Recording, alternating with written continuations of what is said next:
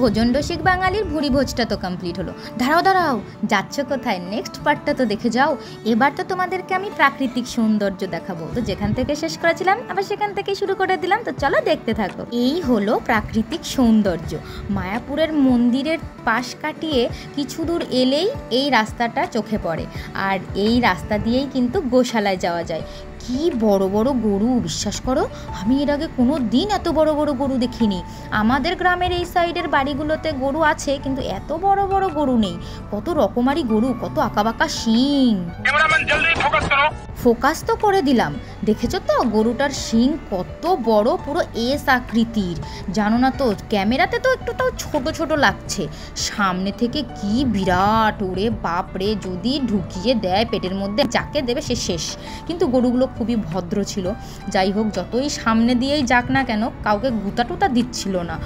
কিন্তু তবুও তো একটু ভয়েরই ব্যাপার পাশ কাটিয়ে যাওয়ার সময়। দেখো কত কত গরু যাচ্ছে, মানে ওরা অ্যাকচুয়ালি মাঠে খাবার খেতে এসেছিলো, জল খেতে এসেছিলো, প্লাস ঘাস খেতে এসেছিলো।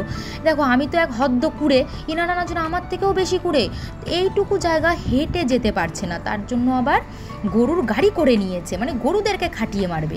আর এই দেখো ফাইনালি আমরা গোশালার সামনে চলে এসেছি। আর এই হলো গোশালার ভেতরে গরু, মানে এত গরু আমি একসাথে কোনো দিন দেখিনি। আর গরুগুলোর পরিচর্যাও করছে, মানে অনেক ভালোভাবে পরিচর্যা করছে যারা আর কি কাজ করে এখানে। ঠিকমতো স্নান করানো, খাবার খাওয়ানো, আর গরুগুলো তো খেতেই ব্যস্ত। আমি কত ক্যামেরা করলাম, কখনো মুখটা তুলে ক্যামেরার দিকে একটু তাকিয়ে একটু পোজ পাস দিল না।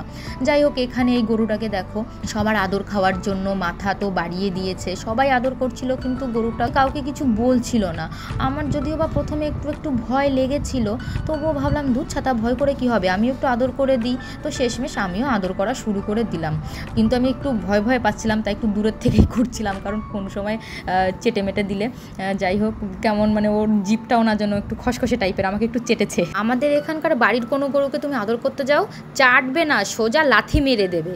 এই হলো আর এক। ওরে বাবা, এনাকে দেখে তো আমি কিছুতেই সামনে যাব না। আমার উনি বললেন, আরে যাও, ওর শিং দেখে ওকে কেউ আদর করে না, তুমি একটু করে দাও। ও মনে মনে কষ্ট পায়, ভাবে ইস আমার এত বড় শিংয়ের জন্য আমাকে কেউ আদর করে না। যাই হোক, আমি ওর কথা শুনে একটু আদর করেই দিলাম, কি আর করা যাবে, তার কথা তো রাখতে হবে নাকি, সে আমাকে বলেছে। তো এই হলো পুরো গোশালাটা।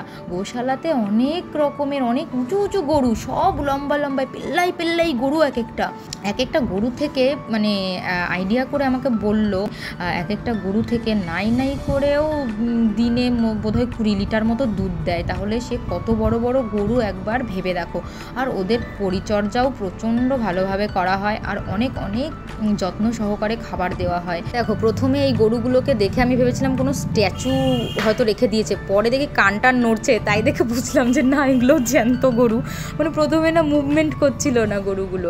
তো এই দেখো, এটা হলো মানে গোশালার শেষ সীমানা আর কি, এখানেই লাস্ট গরুগুলো রাখা হয়েছে। তো সব গরু যখন দেখতে পেরেছি, তো লাস্ট সীমানার এই গরুগুলোকে কেন দেখবো না, তাই ভাবলাম যে একেবারে লাস্ট পর্যন্ত দেখে যাব যে কত গরু আছে। দেখো গোনা তো সম্ভব না, কিন্তু আইডিয়া করে তাও নাই করে 150-200টা তো গরুর বেশি ছাড়া কম হবে না, মানে যতগুলো আমি আইডিয়া করতে পারলাম।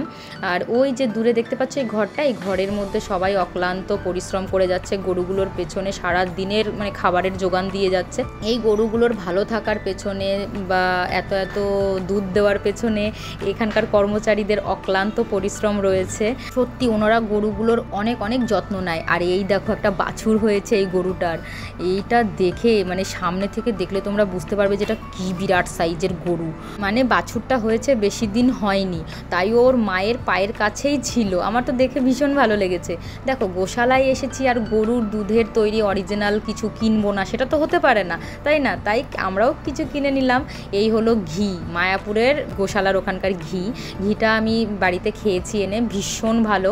আর নিয়েছিলাম ম্যাঙ্গো পিকেল। সত্যি এই টক ঝাল মিষ্টি আমের আচারটা না দারুণ টেস্টি, আমার তো ভীষণ ভালো লেগেছে। আর একটা নিয়েছিলাম মধু, যাতে মানে ঠান্ডা কাশি হলে এই মধু খেলে যাতে সেরে যায়। তো চলো সঙ্গে থাকো, দেখা হচ্ছে খুব তাড়াতাড়ি নেক্সট ভিডিওতে। বাই।